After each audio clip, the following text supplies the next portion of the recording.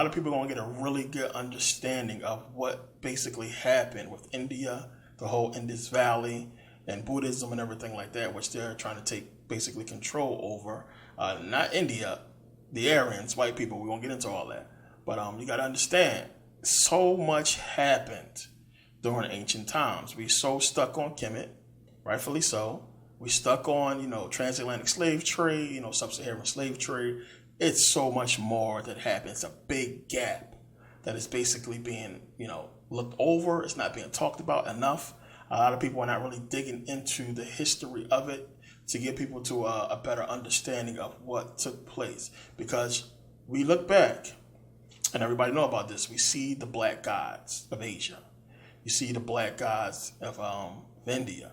And we know that, Krishna, and we know that Vishnu and all these black gods, about the Sambo and everybody like that. All these Hindu and Buddhist gods were black. They were worshipped as black gods. All the gods was worshipped as being black at some point in time. We need to understand what happened, what took place to where the culture basically got rid of all their black idols. And understand this too, if you travel a lot, you see that, especially since I go to Thailand a lot, and in India as well, you see that the civilizations moved away from the ancient lands. That's another thing you got to understand. Why?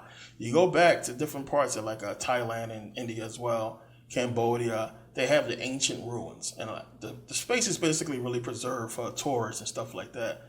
But you got to think, why wouldn't they want to live there? I mean, this stuff is beautiful, as you will see. Even if he was living primitively, if he was living off the land, why wouldn't you want to be near such beautiful history?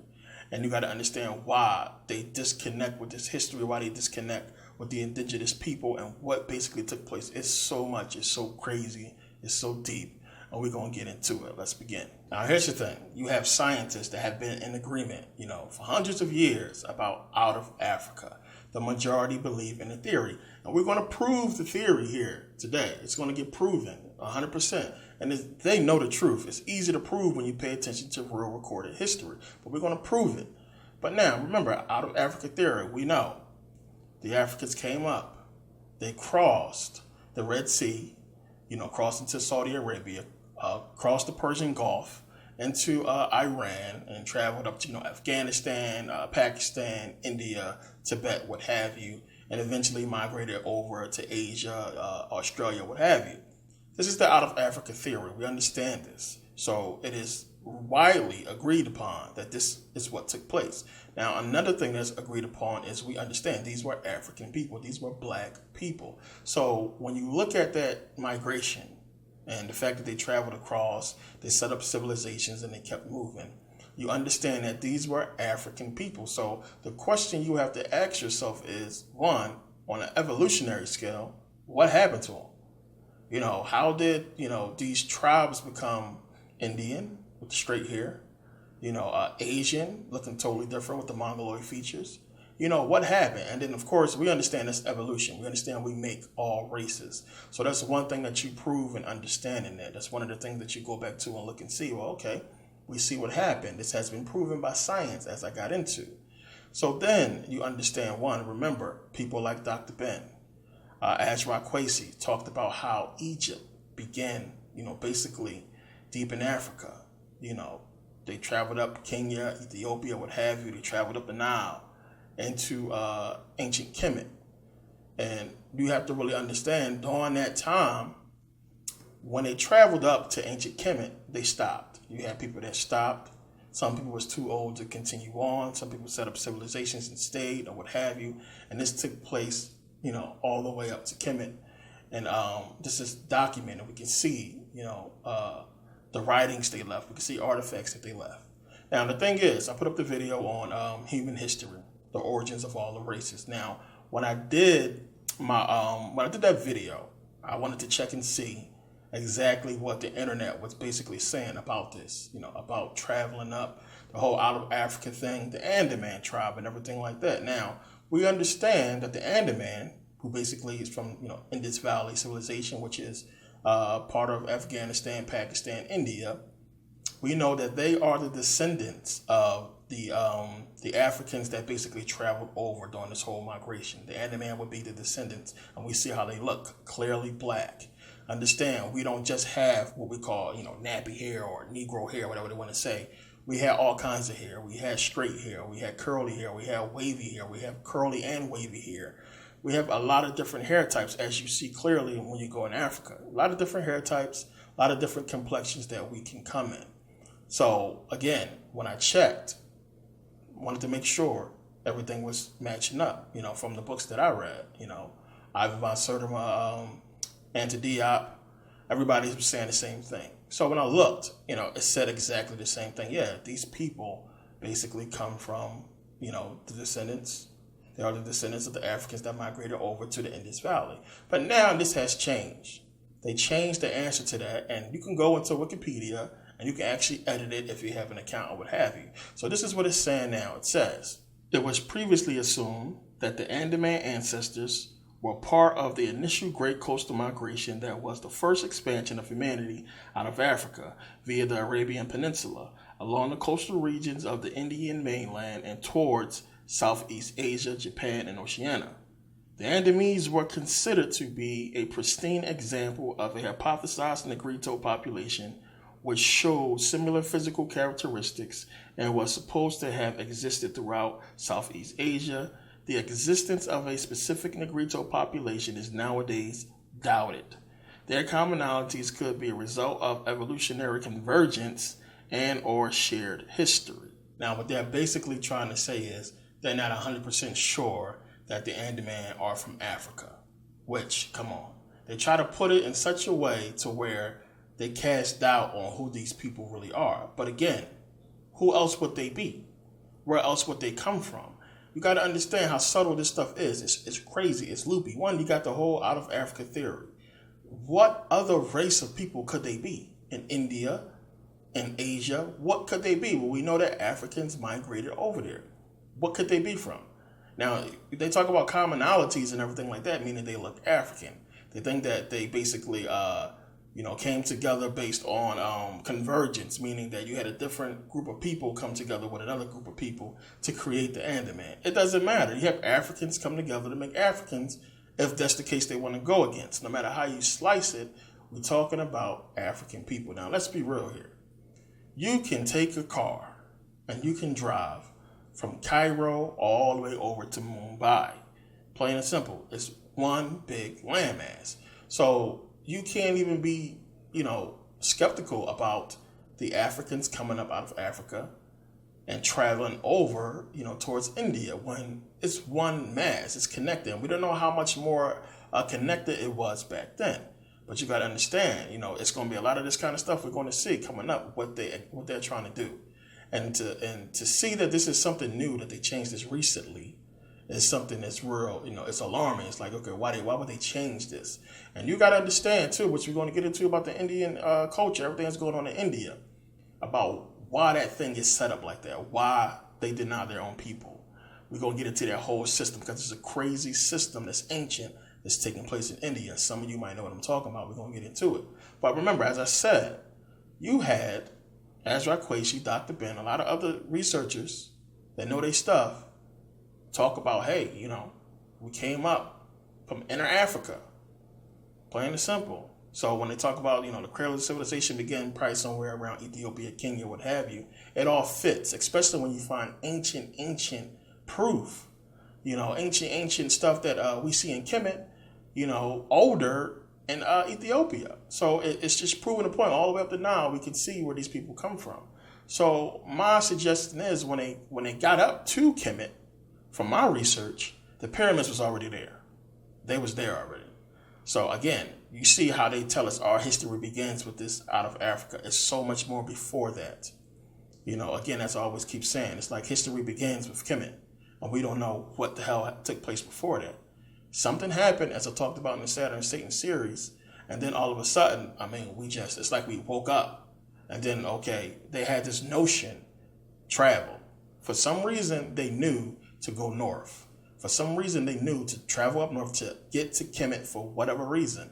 It was in their head. You had one primary group of people who had the goal to get up to Kemet because they knew something. And then you got to understand, remember, we see the information, we see the stuff they left traveling up the Nile. Everything that we see in Kemet, we see they was leaving proof of this stuff, that they already had this knowledge. So we're talking about they started the journey knowing this stuff already. How did they know? And they got to Kemet, and to me, from my research, those pyramids was there. The Great Pyramids was already there, and they were trying to reconstruct them. Now, to me, again, yeah, we descend from whatever civilization that was, whatever people that built them. Well, whether you want to call them extraterrestrial or not. I talked about the giants from Saturn, everything like that. We come from them. Whoever it was, we come from them. And this is exactly what the Egyptians, they would have never did so much research if they didn't think they could tap into their power, which they did. Not 100%, but they started to get it, before they was overthrown. But they never would have went up there. They never would have knew what they know. Because these are things you got to really take into consideration. Where did they get the information from? There's no computers. How did they know? Why was everybody coming to them for information?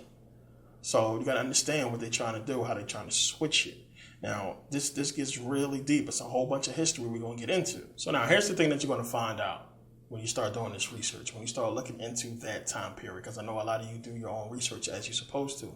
But what you're going to find, same as I did and other people as well, that's going to hit you hard, and a lot of people got confused by this, you're going to find out a lot of researchers are saying that Egypt was basically created or started by the Indians. You're going to see this a lot. You're going to see this in Indian culture. Some of you probably know what I'm talking about already. They believe that, the out of Africa theory happened. They went to India first and set up a civilization there. And it was that civilization that came back over to Kemet to set up Kemet. And, you have a lot of people in India believe this, that, we set up ancient Kemet and everything like that. No, it's not the case. Now, the ancient Egyptians talked about going to Punt. They talked about traveling the Great Sea, crossing the Great Sea to get to Punt. Now, according to researchers, Punt is supposed to be Somalia. Now, the thing is, Punt can't be Somalia because of the plants they describe when they're talking about this, because of the animals they describe. These animals and plants only fits the western coast of India. It doesn't fit Somalia. So again, we know the ancient Egyptians traveled all the way to America based upon, they found cocaine in Ramses II, stomach and everything like that. Plants and fruits that only can be found in the Americas. So we know if they traveled all the way to the Americas, it's really, of course, they probably traveled to India. But then you got to think back to the migration. You got to think back to, these people exploring. Of course, if you went up to Ethiopia, Somalia, and you started boating. Once they set up civilization there and they got sea vessels built and they knew how to, cross the seas, it's a lot easier to cross over, to India, on a boat, on a ship, than to, go by land, because then you got to cross, so much land. You don't know what's out there. And then not sure if Saudi Arabia was desert back then or was it fertile, what have you. But either way, you still get to India faster. To get to India much faster on boat. You just get there quicker. So, of course, they probably was doing this. And as Herodotus attests to, that the ancient Egyptians, they could boat their ass off. They was good. So the thing is, now, the Indians did not, of course, travel from India up into to Kemet. Their journey straight from Ethiopia was to go straight to Kemet, and you had other people branch off. The Egyptians understanding, one, people went to India, and if you settled in Ethiopia, you knew at some point, family members or friends did boat or travel across to India, and, they would trade with each other. They would go back and forth and see each other or what have you. Just normal stuff took place. If your cousin moved to California, yeah, I'm going to go see my cousin. Hop on the plane and go see him. Same thing. But, they took boats, of course. But the thing is this. So you have the Greeks. You have the ancient Egyptians talking about the Indians. They had a name for the Indians. They called them the Dravidians, which we already know. They were referred to as the Dravidians. Now, the Egyptians and the Greeks both called them Dravidians, but they knew the Dravidians as Ethiopians. That's what they knew them as. They knew them as Ethiopians. So the Dravidian people, which would consist of, we're talking, Dravidian is also a language. It consists of, Afghanistan, they speak it. Pakistan, India, the Maldives. They speak it in Sri Lanka, all the way over to Cambodia. So we're talking about a lot of people. We're talking about these are African people. They spoke this language, but they were called Ethiopians. Remember, the Bible talks about Ethiopia. As soon as you get into Genesis, it's talking about Ethiopia. And that's the first, basic place they're naming. So remember, at one point, all of Africa was called Ethiopia, which Ethiopia comes from the Greek. It means burnt face. But everybody who basically described the Africans, if they wasn't saying Negrito, they was calling them Ethiopians. And you got to understand, the Egyptians think, what name would they call them? It wasn't calling them black people, or, they had a name for them, just because you black and I'm black, you might be from, Chicago, they might call you Chicago. You might be from New York, they might call you New York. You're not from where I'm from, so I'm not going to call you that. I could call you whatever I want to call you, but this is what they call people that wasn't from Kemet. They called them Ethiopians. It just so happened to be what the Greeks called them as well. In translation, we know it was a different name, but you translate it, this is what they was talking about. So, understand, it's the same people. The same people. So don't get confused when you're doing your research. This is one of the things that we're going to really touch on, because they want to try to make it like these are two separate people. And it's a reason for that, which we're going to get into. It's not. It's the same. You have the Ethiopians travel over to India and establish civilizations there, and then keep on moving west into Japan, China, and eventually, of course, Australia. So now, as I was saying, how the Greeks and the Egyptians called the Indians the Dravidians, and they knew them as the Ethiopians, plain and simple. So you had another group that was known in India called the Vedoids or the Vedoids. They were the Australoids or the Australians, the indigenous people of Australia. Now, again, as I talked about, the migration pattern that happened, they had relatives. People knew that they left people and civilizations in other countries. So when they left and crossed from Ethiopia over to India, years may pass, 10 years, 20 years, or what have you. Those civilizations understood that they knew people in another land. They would travel back and forth.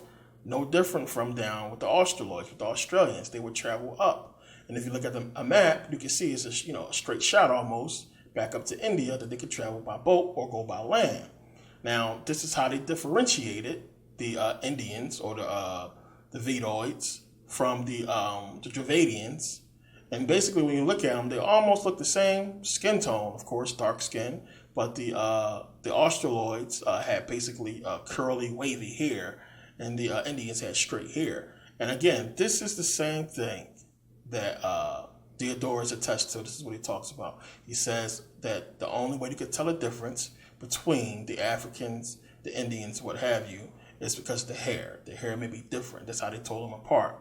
It's because some had straight hair, some had curly hair, some had wavy hair. This is how they told them apart. But again, they were melanated people, dark skin, burnt. In some cases they would call them, burnt skin. It's just what was known about the people and how they described them. So, it's crazy that, so much happened. You had all these civilizations worshiping black gods. Everybody worshiping black gods, until you basically had an invasion of the Europeans come in and change things. And there's no way in the world, understanding what we understand and knowing this history, that we should be debating what color was the Egyptians. There's no way in the world, if people understood the history that's out there, that's proven, because these people left artifacts, they left civilizations, they left graves. We can still find this stuff. The stuff is still there. There's no way in the world we should be debating what color was the Egyptians. There should be no Indian person talking down to a darker skinned person. It shouldn't be. It's where you came from. And you got to understand what took place. And I got some Indian friends that I hope they watching this video so they can understand their history. Because from what we talked about, these dudes is lost. Y'all lost. And one of the reasons why I want to do this video, so you can understand, it's crazy how you got to tell people about their own history. They should know it. And a lot of people want to avoid the past because it deals with racism. It's consumed with racism. And that's part of an agenda that we got to look into and understand. This stuff is deep, as we'll get into in a second. But you got to understand what took place. A major thing took place that we're going to talk about. Now, Herodotus says in Herodotus Book 2, he said that the ancient Egyptians had burnt skin, flat noses, thick lips, and woolly hair. This is how he described them. As I talked about, what Theodorus said, the only way you could tell them apart sometimes is by the hair, but they basically, dark skin. Now, Theodorus also said that he said the name Nile seems connected with the Indian term Nihilus black. Again, we're going to keep finding this connection between the Egyptians and India. This is a huge thing a lot of people don't understand. Now, one of the reasons why people don't understand because it has been so well covered up for a huge reason. Now, the thing is, when they went into the tomb of Ramses III, they found his maps and they found his notes. Now, on his maps, he had India marked as Egyptian territory. Now, one of the ways we can prove this is you got to understand, one, remember you had Alexander the Great, Alexander the Greek, or what have you. Remember, they invaded Kemet, took it back from the Persians, took it from the Persians. Now, remember how Alexander died. How did he die? He died in Iraq, in Mesopotamia. Remember, he died in Mesopotamia on his way back from where? India. What was he doing in India? Why was he in India? Why was he on his way back from India to Mesopotamia? And this is why you got to understand. One, when they conquered the Egyptian land, you had to conquer in India and set up there because India was a part of their territory, just like Israel. Plain and simple. Remember, they took Israel first. So again, when they leaving this history out, but you can kind of sort of piece it together if you're a real scholar, if you're really doing research. It's like right in your face. It's like almost like a back door into all this information, but you got to look in the right places. They're not talking about it for a huge reason because they're trying to steal Buddhism. And we're going to get into this. They're trying to steal a lot of history. They're trying to cover up what they did. And they can't because the history is there and so many people wrote about it. Herodotus and Theodorus, they still want to give big ups to their scholars and researchers and what have you.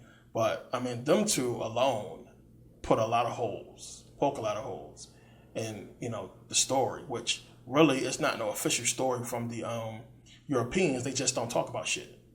To hide it, they just don't talk about it. They don't teach, they don't talk, they don't say nothing. Since they own mainstream media and they're not going to put it on mainstream media, it is left up to speculation.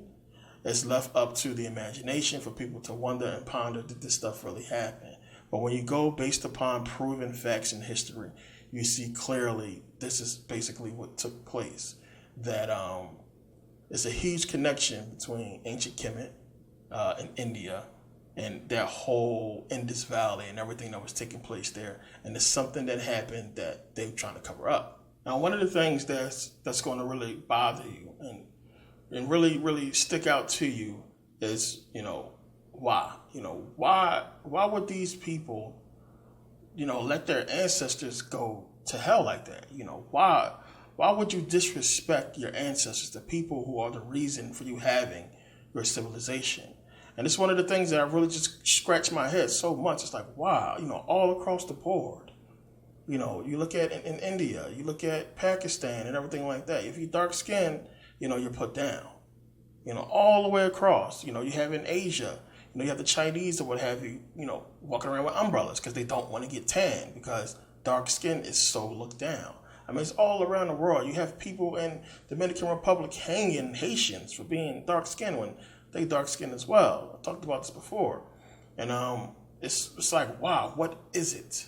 And you got to understand the psychological hold they have on people and, what took place and what they did to make sure that this dark skin was looked at completely different and not godlike in no way as a handicap. And they made sure they did this. It's the only way. And you got to understand why, the ruling class, the people who ruled, what happened. Like, they sold out. Why would they allow this to happen? Your ancestors is everything. The past is everything.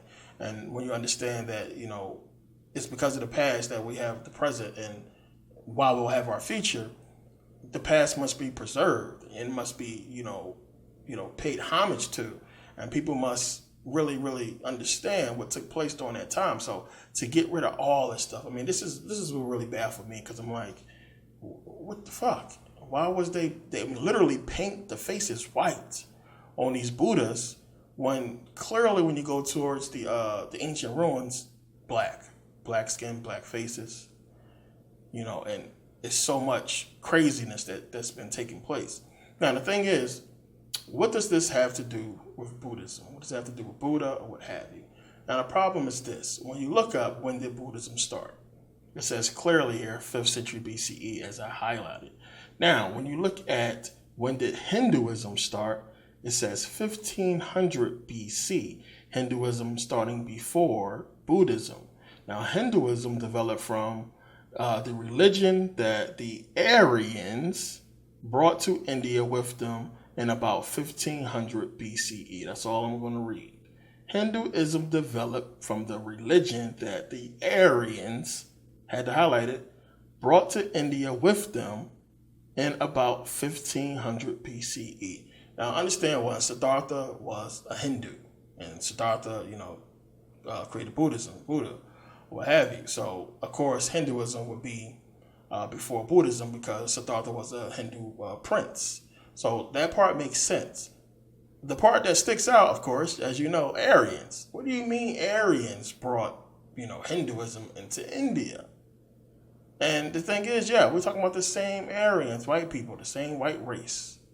How Hitler and all that stuff, what it was all about, Aryan race, white people. But you had the Aryans come down from the north and start to take over. They settled first in North India, right close to Tibet. And you got to understand how crafty these people was. They had an agenda. And the agenda was clear as day. To basically, at first, you sprinkle in white people here and there. Sprinkle in Aryans. Their goal was to go throughout every civilization around the world and interbreed. Plain and simple, that was the goal. To mix.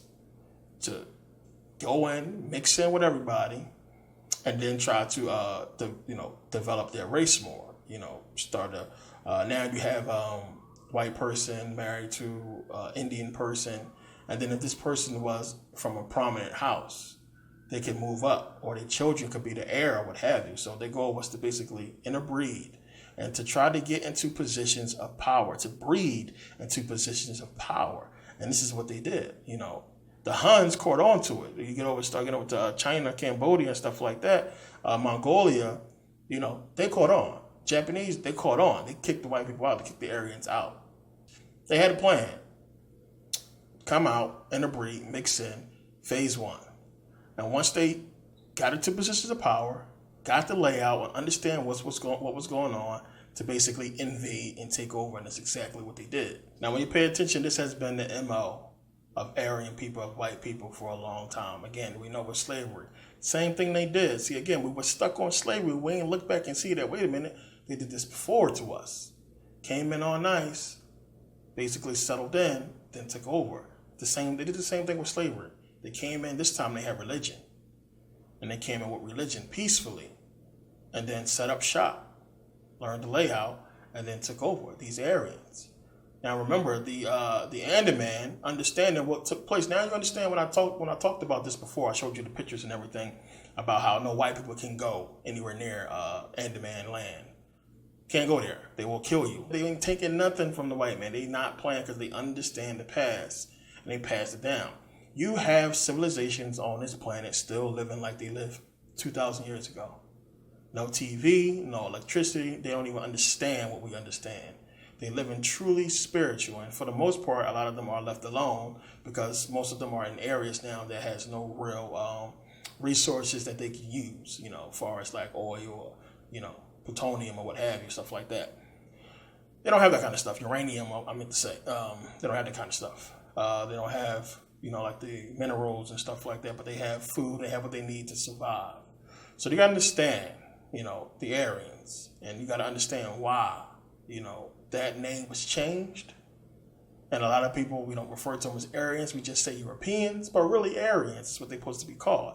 Now, again, make sure we're talking about the same people here. When you look up Aryans, Aryan, it says, relating to or denoting a people speaking an Indo-European language who invaded northern India in the 2nd millennium BC, displacing the Dravidian and other Aboriginal people. Telling you clear as day. Yeah, they came in there, basically took over. These Indo-Europeans. What is an Indo-European? Let's look. It says, the Indo-European languages have a large number of branches: Anatolian, Indo-Iranian, Greek, Italic, Celtic, Germanic, Armenian, Tocharian, Balto-Slavic, and Albanian. I guess they wanted to put Indo-Iranian there, to sound exotic, but you have Proto-Indo-Iranian, which basically means common Aryan, plain and simple. It's all the same people when you look at it. We're talking about Europeans, white people, that basically came in, telling you clear as day, they came in and took over. And we got to understand the change that happened once they took over, because it's not something that you're going to really read too much about in school. You're just not going to talk about the stuff.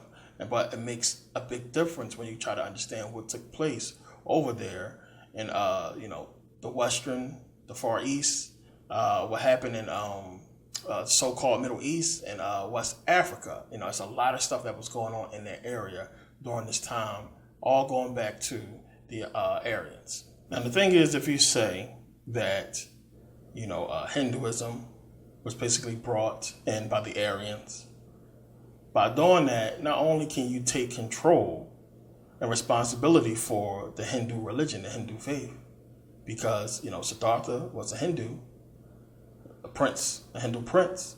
You can also take control of Buddhism. You can take control of both religions by saying, no, we came in and we set up Hinduism in northern India, and by default, Buddhism is ours as well. Now, here's the thing, and some of y'all smart enough to understand this. One, think about the time period. We're talking about 1500 BCE. When you understand the nature of Buddhism and what it's talking about on a spiritual level, what it's really getting into. If the Aryans came into North India with that information, with that knowledge already, in 1500 BCE, there is no way they would need to come into Egypt for any knowledge. They wouldn't need it. They would know it already. The Greeks talk about, Herodotus and Thales, Diodorus, all of these Greek scholars and Greek philosophers. Everybody came into Kemet to learn. If they had that knowledge already and brought it into northern India, we wouldn't be talking about what we're talking about now. They would have never needed Kemet. Because when you break down the Buddhist faith, which we're going to get into it and break it down, it is basically talking about what the Egyptians talked about. Plain and simple. It's just switched up into different gods, different stories, talking about the same exact stuff. Plain and simple. And if they understood that and it was the ones who brought it there, clear outright lie you just saw on Wikipedia, Google, or what have you, if they brought it there, they wouldn't need to come into Kemet or learn or to know anything. They would have had the knowledge. So again, this is how they try to take over and say that they had this knowledge, they came in there, they understood this stuff, when clearly there's no way they could have really understood it. What you had happen was these people came in, they set up, they took over, and then you have, for a period of time, war. Everybody who's white, of course, they had to flee the country, but the damage was already done. They still left, mixed race people in there, lighter people, lighter skinned people. And all this does is cause division once you make it cause division. Before, we're looking at it as Africans, okay, he's light, so what? I'm dark skinned, my son's mom is dark skinned, we're both really dark. He's light brown, so, it doesn't matter. That's how we have kids. So different skin tones. Until you make it about skin color, which is what they did eventually. But, once they have control of the government and the system, and then they leave and people think, okay, well, we got to worry about these people coming back. So again, you can set up policies and rules and you can be like, well, something is wrong with the dark-skinned people. They are evil. The light-skinned people tend to do things better. These dark-skinned people from the ancient times, they only know the ancient ways. They are evil, da-da-da. And they can make up whatever kind of situation that they want to control the people. And this is basically what took place and what they did. So what you will have is, order out of chaos. once they have control of the government, they could come in and offer a solution to the problem that they created. So now the people who are left after this tragedy or war, what have you, they're sitting around thinking that, okay, our government is going to do what's in the best interest of the people. And then that never happens. And they can never figure out why it seems like the government is going away from the people. And they don't realize that their government and their government officials and all their leaders have basically been taken over, and they are now under control of the same enemy they just got finished fighting. So now we got to think back to Adolf Hitler. And then you got to start understanding what was the whole Aryan thing about. And everybody heard, white power, Aryan race, everything. But a lot of people didn't understand the history. Aryans, what is that? And people, they didn't know. They couldn't fathom that it's an ancient history that Hitler is talking about. One, he used the swastika. And a lot of people didn't understand what it was. When you look at the swastika clockwise, it's talking about the sun. It means the sun. This is an ancient symbol, ancient Hindu symbol. Plain and simple, he used. Remember, they invaded northern India. It's an ancient Indian symbol. Clockwise is talking about the sun. Counterclockwise is talking about Kali. And we know Kali is the goddess, the black goddess of time, creation, destruction, and power. The black goddess of time, creation, destruction, power. Plain and simple. This is what they are using with the swastika. And you got to understand the meaning behind it. And one, we can see clear as day. It's going back into India. So now you have the connection fitting. It fits. It fits. You have the Aryans with Hitler, talking about the Aryan race. And then you have the connection with India. And people who knew their history back then can clearly make that connection. I know the people in India, they were shivering. They was probably scared as hell when they started hearing about Hitler and see what he was doing and seeing how powerful he became, in his rise. And, it was a big deal. So then, what was Hitler really all about? He was about the master race, the Aryans, the pure white Aryans, so-called pure white. And maybe Hitler didn't know, maybe Hitler knew something that we don't know. But you got to think about that.